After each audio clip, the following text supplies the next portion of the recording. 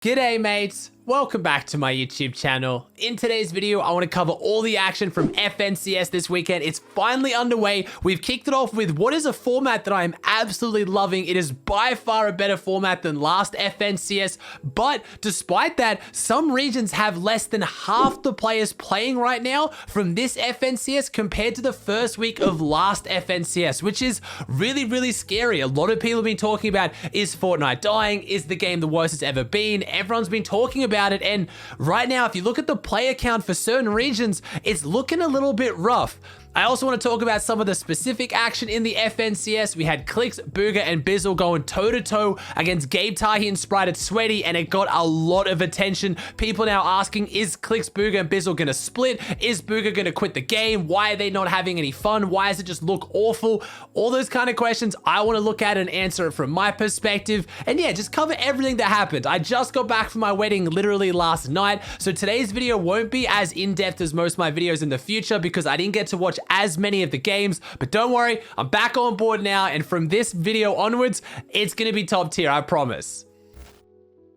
Before we get into the specifics of situations like Clix's, I've got to talk about how I absolutely love this new format. I've done a video already covering how the new format works. It's only a few minutes long, the part about the format. I'll put a link to it in the description down below with the exact timestamp, but the main change I like, which I can summarize for you, is in the previous FNCS, during qualifying weeks, any team that came top 10 went straight through to the semi-finals. Now, any team that gets top 3 goes straight through to the grand finals, and then the top 99 most consistent teams outside of that go through to semis. I absolutely love this. So not only last season did we see teams deliberately not trying to get top 10 because they didn't want to auto-qual and they wanted to play future weeks, the games just didn't feel that intense. Top 10 wasn't that hard, and they were only going through to semifinals anyway, which pretty much any good team makes it through off if they get consistency. Now, top 3 straight through to finals, ooh, that's a different story. Today honestly felt like you were watching not grand finals, but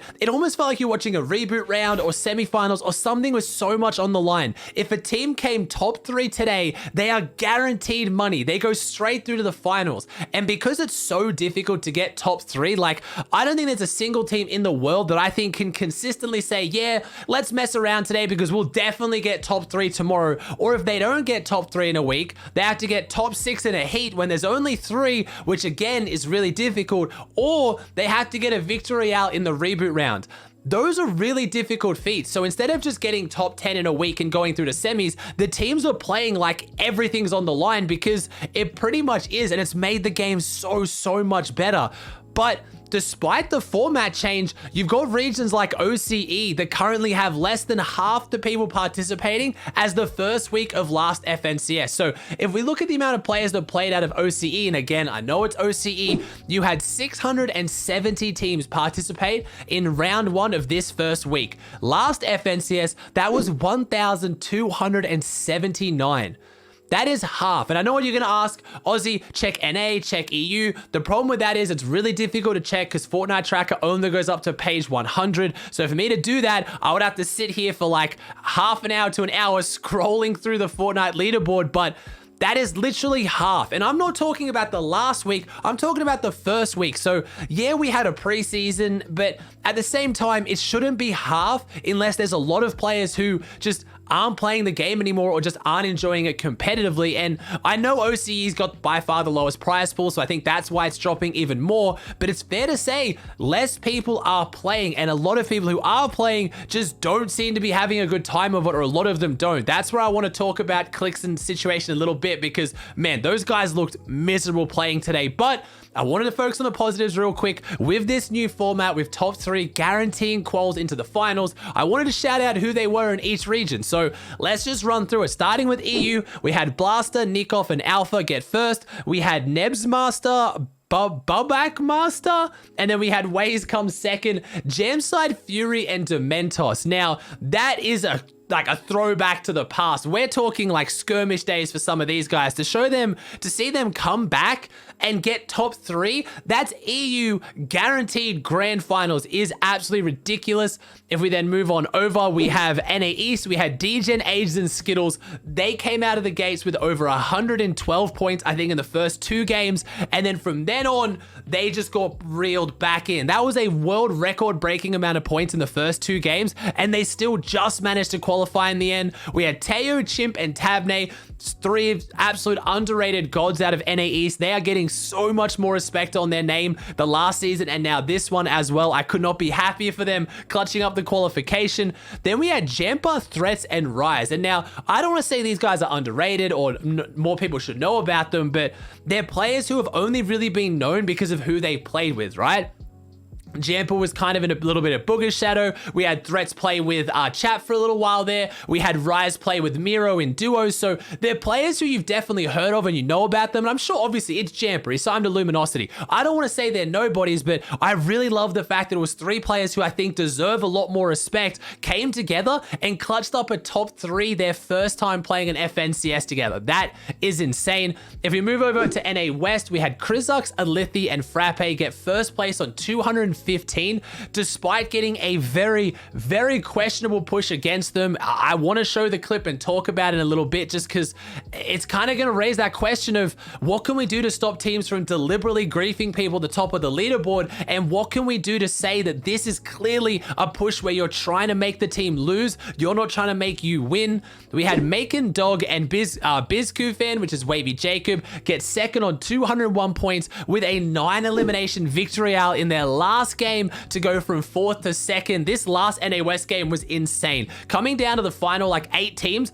all of the top 4 was still alive and any of them could have got top 3. We then had 5G Backpack, which is 5G Major, 5G Natch, and TRNL Hov get third on 191 points, and Symmetrical's team just missing out by 2 points. That's 1 elimination from qualifying in NA West. If we move on over to Brazil, and now I'm gonna butcher these names, I'm sorry, I don't know a lot of them. We have Kurtz, Redley, and King. I mean, that's a name that I've definitely heard of. That is not FaZe King. That is the other King, getting first place on 89 points. We then have Sheko, History, and Bagu getting second on 166 points. Then we have Demon Tools, Demon Rick, and Demon Frankie, I believe, on 166 points in third. Again, only getting a few points ahead of 4th place, which is Opai's team. So super close there from Brazil as well. If we move on over to Asia, again, I'm going to get the names probably wrong. We have CK Love Zuko. We have Runam and CRE Sway in first. We then have Something Reet, Alba, Something Savage, and Reason, I believe. Then we had Ruri, which is a name I've definitely heard of, Riz, and Wildhawk in third over there. Bit of a gap on Asia. 3rd to 4th is probably one of the bigger gaps we've seen. Then we swing over to OCE, and now this one, I don't want to say surprising, some of these names, but Faulty, Pete, M1, and Seiko getting first on 172 would have surprised quite a few people. Definitely a great team, but a first place team, I'm super proud of them. We had Basil, Forbes, and Jace, the new team on the block. Forbes replacing Vortex, coming in second on 171, 1 point away from getting first. Then we had Ronan, Rax, and Jake in third on 168. From seeing Jake's kind of FNCS last season, remember, Jake was the player who Skits slept in through, didn't play with, and then didn't get to play his FNCS out. Everyone was gutted for him. To now see him guaranteed into the grand final after 1 week just makes me so much happier. It was Jinx, Alec, and Worthy, though, our previous FNCS champions, who just missed out on top 3 by 1 elimination. I'm sure they'll bring it back. Huge performance from them. I know the big names on OC you're asking about. The Twins did really, really well, coming in on 7th place overall. Fresh, Oatly, and Rel did better than they've been doing recently. They came in at 11th place overall. All right, now moving on to the Clix situation and why you probably heard people talking about, is Clix, Bizzle, Bugha splitting? Is Bizzle gonna quit Fortnite? Is Bugha gonna quit Fortnite? I feel so bad for Clix. Basically, the situation was you had Clix, Bizzle, and Bugha contesting Gabe, Tahi, and Sprite at Sweaty Sands. It's no shock to any of you that things didn't go too fantastically because they just haven't really been doing the preparation. You've had Bugha pretty much playing Valorant constantly. Clix was playing GTA a little while ago. He's brought it back. He's playing a bit more Fortnite Fortnite now. Bizzle appears to not really be playing too much at the moment either. The team just seems a bit deflated, seems a little bit down. A lot of people have put that pressure more onto Bugha and Bizzle, which honestly, I love how Clix handled today. Nothing but the biggest respect for Clix in the end when his chat was just flaming both of them and freaking out. But basically, things didn't go well. They lost a lot of their spawn fights. At one point, Bugha got pickaxed in a 3v1. The shade was being thrown, and of course, when it involves Clix, Bizzle, and Bugha, the whole community is going to talk about it. That's why I'm talking about it as well. But I wanted to clear up what happened because I think, honestly, Clix covered it best at the very end, pretty much coming into the last couple games. Right after Bugha got pickaxed, he pretty much summed up the situation. I wanted to show you this because I think this just is what everyone needs to see when it comes to what's going on with this team.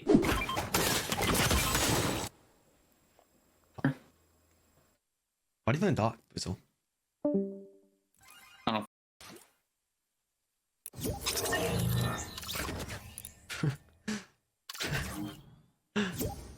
don't know. I just want to get over with, honestly. Got it. It's once. If it's really prime champs to the prime. You get banned for that? Nah, I don't think you get banned for that. Damn, well, they both left. What's wrong, dude? Damn, it's actually annoying. Oh, I puffed this shit, shoot. I swear on Ocus' mother's life. Alright, I'm gonna stream. Oh, we're not.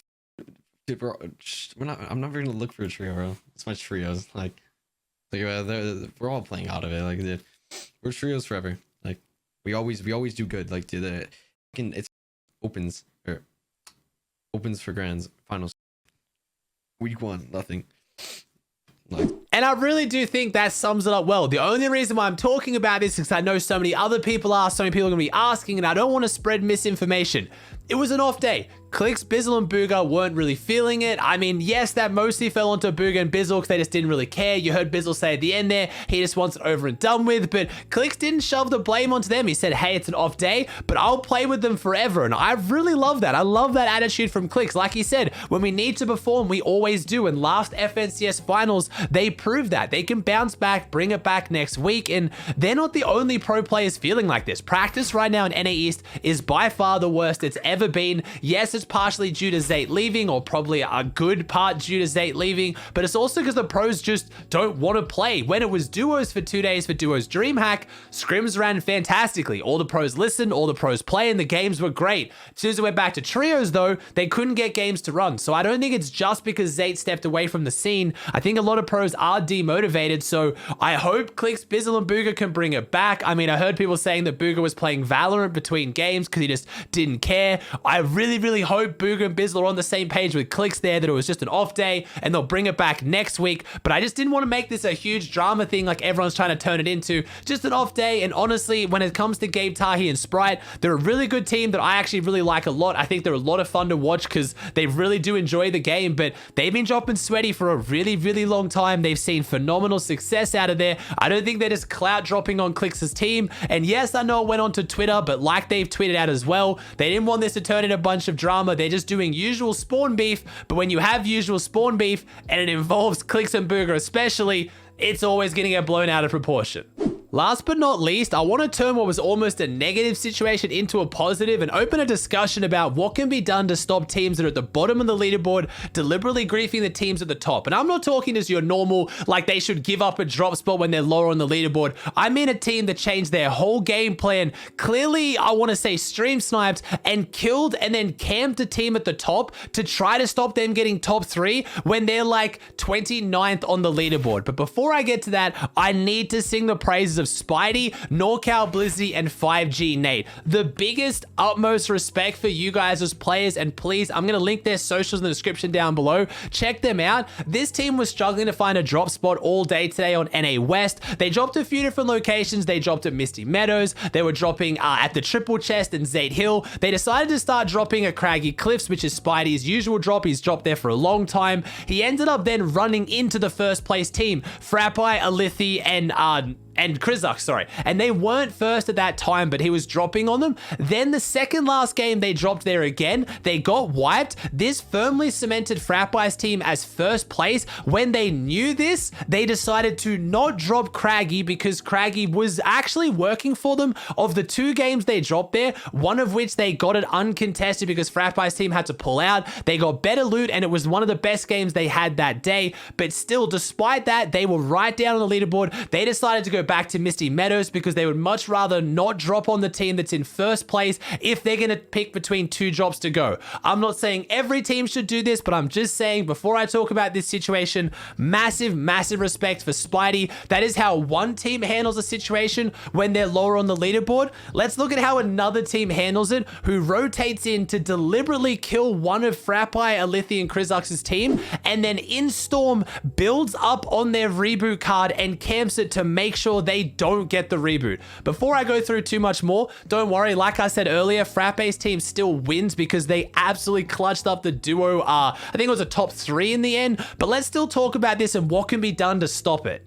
Now, a lot of people are calling out this play as a stream snipe. I don't know about stream sniping, but I do know it was a deliberate targeted attack on Krizak's team because they were in first. And I know you're thinking, Aussie, this is a smart push. They see that the team's split up, they go in and they get a free elimination. Firstly, again, I don't really understand how they know Alithys in the cone. They were here for a while, so they potentially saw Krizak and Alithys go in there, and maybe they just see that Alithys isn't, but they mark the house that Frappe is on. Remember, by the way, Frappe and Krizak are streaming, Alithys isn't, so the fact they're marking a house, but again, maybe they saw that he went in there and maybe they're just that confident that he didn't come out. But the thing that I know, whether stream sniping happened or not, is this team did not once make this push in all 5 games before this, despite the fact that Alithys' team was contested here, which would have made this push make even more sense because you go in when they're shambles.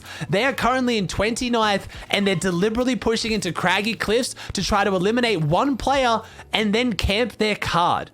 They're nowhere near Storm right now. I can't bring up the map because right now Fortnite's replay system's a bit buggy, but they build box upon box on top of the card and camp it.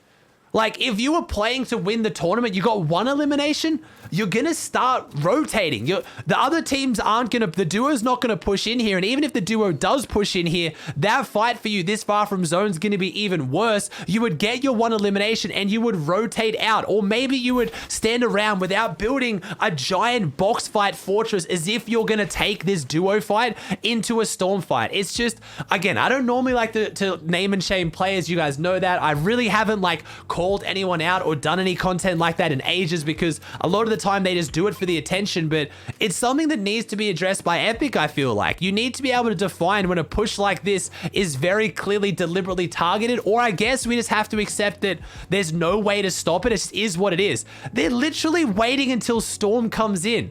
They wanted to grief this team. They didn't want to do well themselves. This 1 elimination is not even worth sitting in Storm for this long for what they actually got from it. Yeah, they have a vehicle, but they're now rotating late. They can be held. I don't know. It's just a real weird situation that I wanted to open that discussion about, and I wanted to show you guys and talk about. I'm not going to call them stream snipers. You might think it's a smart play. If you think it is, then that's fair. I'm not going to try and convince you otherwise. I just thought it was super strange and needed to be talked about because this did almost cost Alithys' team qualification guaranteed into the finals. Luckily, like I said, as a duo, they clutched it up, they popped off, but really strange to see, and don't even know what this is now. Like, they're clearly just messing around or something. I don't know. Super weird to see. I would like to add here in their defense, because I do want to report this as unbiasedly as possible. I know I've been a bit biased before. They don't end up pushing the remaining duos, so they are streaming. They could have figured out where they were. They could have gone and targeted them, so maybe they just thought it was a good play. But again, I present it to you to do what you want with it, but it's just a weird situation that I think, if not this time, we have 100% teams deliberately grief people in the top, and with qualifying weeks where top 3 is so insanely important, it's gonna happen again, and I don't know if there's anything Epic can actually do about it. I guess that's just how Battle Royales go, sadly. All right, guys, that does it for another video. I hope you enjoyed it. Like I said, I'm sorry that I couldn't get videos up the last few days covering all the tournaments and all the content. I only get married once, so I did really want to prioritize that. I pre-recorded some videos, and I tried to watch as much of the gameplay as I could. I could have got a crappy video up yesterday to keep the streak alive and not miss a day's upload, but I don't know. That's not what my channel's about. The streak was awesome. I'll just continue to keep posting good content every single day for as long as I can, and with tournaments back, you can believe I'm going to be pumping out some insane content here. So if you haven't already, please subscribe to the channel. It would mean the world to me. Please chuck a like on the video if you haven't already. Thank you so much for watching, and I'll see you in the next one.